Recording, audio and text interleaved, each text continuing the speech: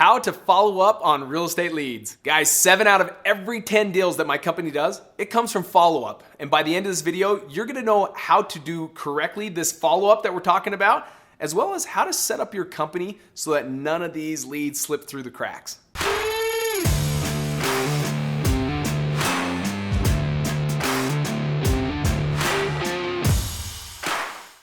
I'm gonna be sharing with you 3 strategies that my company uses when it comes to following up with leads and how we continue to get these deals because of this. And this is what allows us to do about 10 to 15 deals every single month. But pay attention to number 3, because this is the one that your competition, they're not doing. And if you can master this, you're gonna walk away with a lot of deals. Tip number 1, knowing the time frame of your seller is crucial. This is what allows you to really hone in on where to put your lead and what follow-up bucket. In fact, let's draw this on the board to see if we can make this like hit home for you guys and how our business is set up. So if we had 3 pools, right? All 3 different sizes, but ultimately what we have here is like your hot leads bucket, your warm leads bucket, and your cold leads bucket. Now guys, it's crucial to have 3 different places for these leads to sit in. Why? Because every lead can't be treated the same. You gotta make sure that you're spending quality time where your time needs to be spent. For example, our acquisition managers. I do not want them in the warm bucket or the cold bucket. Now, there's gonna be the most leads sitting in this bucket. People that have said, yeah, I'd think about selling, but you know what, I'm not selling for another year or 2. Or people that says, yeah, I'm just not that interested right now. These are cold leads, and majority of your leads, they're gonna be in there. That's why this bucket's the biggest. Then you got your warm leads. Your warm leads are gonna be the ones that are like, oh, let's call it 30 to 90 days out. And this is gonna be your 90 plus days. And then you've got your hot leads. Your hot leads are your 30 and less. So 30 or less days before they move. And it's crucial that you put your time. So if you're a solopreneur, I want you to set your business up like this today. This is how we're able to get our follow-up good, where we're getting 7 out of every 10 deals. This is already something to already look and ask yourself with your own business. Where are most of your deals coming from? I've had an individual that was just out of our office and he's saying, oh my gosh, my close on the spot rate is through the roof. And I said, awesome. How many deals are coming from closing on the spot? He's like, 9 out of every 10 deals I'm closing on the spot. And naturally he thought he was like the bomb.com. He was like, oh my gosh, I'm the closer. Like I'm the guy, right? What that told me was, man, that's actually really bad. You don't want that. And he's like, why? And I said, because real statistic is 7 out of every 10 deals is gonna come from follow-up. So if he's only going for the layups and only going for that low-hanging fruit, he's missing out on a ton of opportunity right now in his market. And as he heard this, he was also humble enough to realize, oh my gosh, because he had a smile on his face. I'm like, man, usually this will like break you down and make you ticked off that I'm saying this. He put a smile on his face because he thought instantly, oh my gosh, I can expand how many deals I'm doing currently right now with not even adding another marketing channel or even marketing spend. I already have enough leads that I'm not doing follow up with, that deals are already sitting in these pools waiting for them. So if you're a solopreneur, what does this look like, guys? Here we are talking about this hot, warm, and cold. If you're all by yourself, you don't have a team, you don't have acquisition managers, I want 75%. I'm gonna do it in a different color. I want 75% of your efforts working with your hot leads. Those cannot slip through the cracks. Those are ones you know they need to move in 30 days or less. Now guys, although these are important to do follow-up with, don't catch me wrong, don't get me wrong on this, it's most important to put most of your effort, most of your energy on the ones that you know are gonna close really, really soon. Now that leaves us with our warm and cold. Our warm, I want about 20%.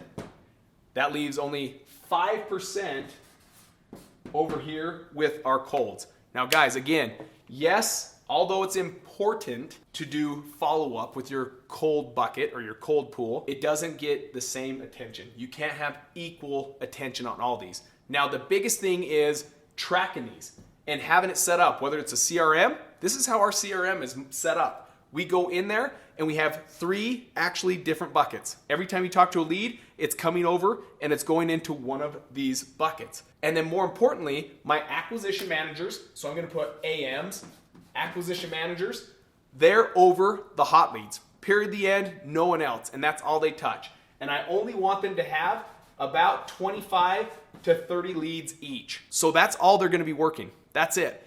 They don't have 40 leads, 50 leads. If that gets up and they have 60 hot leads to work, I need to hire another acquisition manager because I can't afford for those to slip through the cracks. Your warm leads, that's done by my lead manager. In fact, he calls himself an LFO, lead flow optimizer. And so my lead manager is there. And like I said, this has anywhere from, let's call it, depending on the size of your operation, this one will have probably up to about 700 with our operation. And then this one is our biggest. And this is with our, I'm gonna put CC, cold callers. So if it's a cold lead, yes, we're following up with them, but it's not done by my lead manager. It's not done by my acquisition managers. It's done by my cold callers. Tip number 2, this is making sure you have an alert set up to each and every one of these leads. So no matter what pool it sits in, that there's some kind of a task for a follow-up in the future that it's already set up. So in our CRM, every single lead, no matter what pool, we're gonna set up when we do follow-up. So there could be a lead that tomorrow we need to follow up with by 4 p.m. And we have what's called a red task. Our CRM, once the task is passed or expired, it goes red and it alerts everyone on our team that we have a red task. Now, why did we set up our CRM this way? What we did, and here's a pro tip, is we ended up getting ourselves on every wholesaler in our market's cash buyers list. This was something right out of the gate. We're like, let's get on their list. Now, why? Because they may have a deal that we want to buy. But more important than that is they're going to email us when they come across deals. And they're going to let us know about them, so they want to know if we want to buy them. Now, we use this for 2 purposes, to see if we want to buy them. The second reason, the more important reason, is we want to see if that lead is also in our CRM. And if so, we want to work and find out why and how we missed this deal. Why is it that this wholesaler got it and not us? And recently we had this experience where we got a deal that came to us from another wholesaler. They sent an email. We go to our CRM and we find out this lead does exist. And at the end of the day, we also noticed that there was a red task, meaning it was supposed to be reached out to by 4 p.m. on a Thursday. And here we are 2 weeks later, we're seeing that someone else got the deal. We go back, we missed our follow-up. Now, that's not to guarantee or say that had we done the follow-up, we would have got the deal. But guess what it does do? It does increase your odds. It does help your efforts so that you do get a better shot at getting those deals.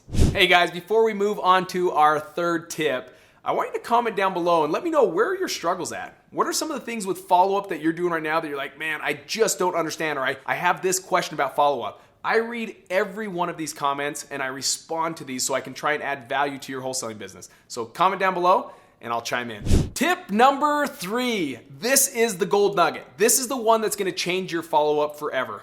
And that is make follow-up about them. So when you're reaching out to these individuals, make it about them and not about the home. Now guys, we're in real estate, so naturally we're gonna be calling and asking, hey, still looking to see if you're interested in selling your home. And that's what most people are doing. That's what your competition is doing.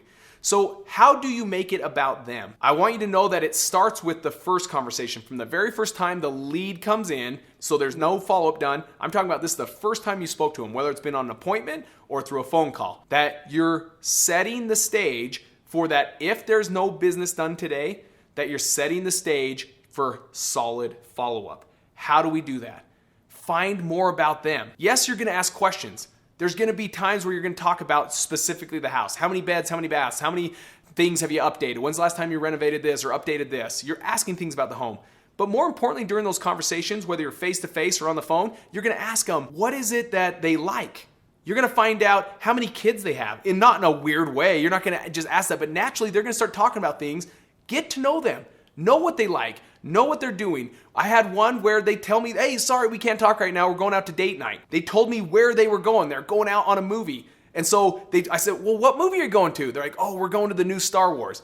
And I remember thinking, awesome. I jotted that down. I jotted nothing about the notes in the CRM about the home. It's all about them. And so when I did follow up, It said, individual went to Star Wars, went to the movie. They really love Star Wars. I remember sitting at Walmart. Me and my boy were going through there. He wanted to pick out a toy. We're at an aisle where there's a Star Wars character, and I end up doing a video text to do follow-up. I said, hey, Gene, just wanted to reach out to you. I was at Walmart the other day with my boy, and I showed my boy, and I'm just sitting here, and I remember you saying you love Star Wars. I want to check in. How was the video? How did you like the movie the other night? Hope things are going well. That was it. Do you know what I got? I got a video text back from them explaining how, hey, that's so cool, and I love that figurine. So what did I do? I bought the figurine. So in the future time when I met with them, I brought them that figurine. These are the little things that people start to do business with you. Why? Because you're showing that you care about them, that you're listening to them. You don't care about the home. That's secondary, but that you truly are listening to them, what their likes are, what they're hoping to do, what their problems are, so you can be a solution.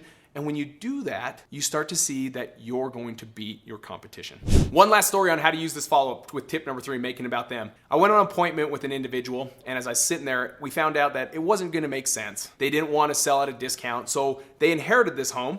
They didn't live in it. They lived in another city, but they traveled here and they're like, we're just gonna fix it up ourselves. Now guys, I use this to serve people. I wanna find out what is it that they're gonna have to do to make this top value so they can sell it. I said, awesome, what do you think you're gonna have to do? He's like, well, we need new flooring, we need new windows, and we need a new furnace. So what I did is every time for follow-up, I would find out the best window deal, the best flooring deal, and the best furnace deal. And I'd use that as my follow-up, a way to serve them. So the first time I reached out, I said, hey, Mr. Seller, I just wanted to reach out to you, and I was just at Home Depot right now, and they have a buy one, get one free on windows, and I remember you said you wanted to replace your windows. I just wanted to let you know about it. As I was there, you were the first person that popped into my head. And I'm like, oh my gosh, thank you. And I sent them a link. Now, he wasn't ready to do business at that time. The second time was for flooring, and I called him up. I said, hey, I happen to rent office space above a flooring company. I went down and talked to them, and they said right now they have, if you buy the flooring through them, they'll install it for free. I remember you wanted new flooring, and I just wanted to let you know about it. At that moment, he's like, hey, Cody, hold on. Can you just come out to my home? Ever since I've been here, my wife's ticked off. I've been going to Home Depot, I come back, I have the wrong part. I go to Home Depot, I come back, I have the wrong part. And this fix and flip is making it where I don't see my wife at night, and she's getting so frustrated with me. Why don't you come out and let's see if we can put together a deal? I end up going out there and getting the home under contract at a discount. The reason why he picked me, and he told me, was because I was there to serve him, regardless if I was the option or not, that I continue to serve him at a high value, and I made follow-up about him and not about the home. So guys, use these strategies and you'll see that you're gonna get more deals. Hey guys, I wanna give you a free gift to my real estate negotiation strategy crash course. All you gotta do is click on that link down in the description, which is gonna get you free access to this training so you can get out there, start negotiating like a pro, and close more deals.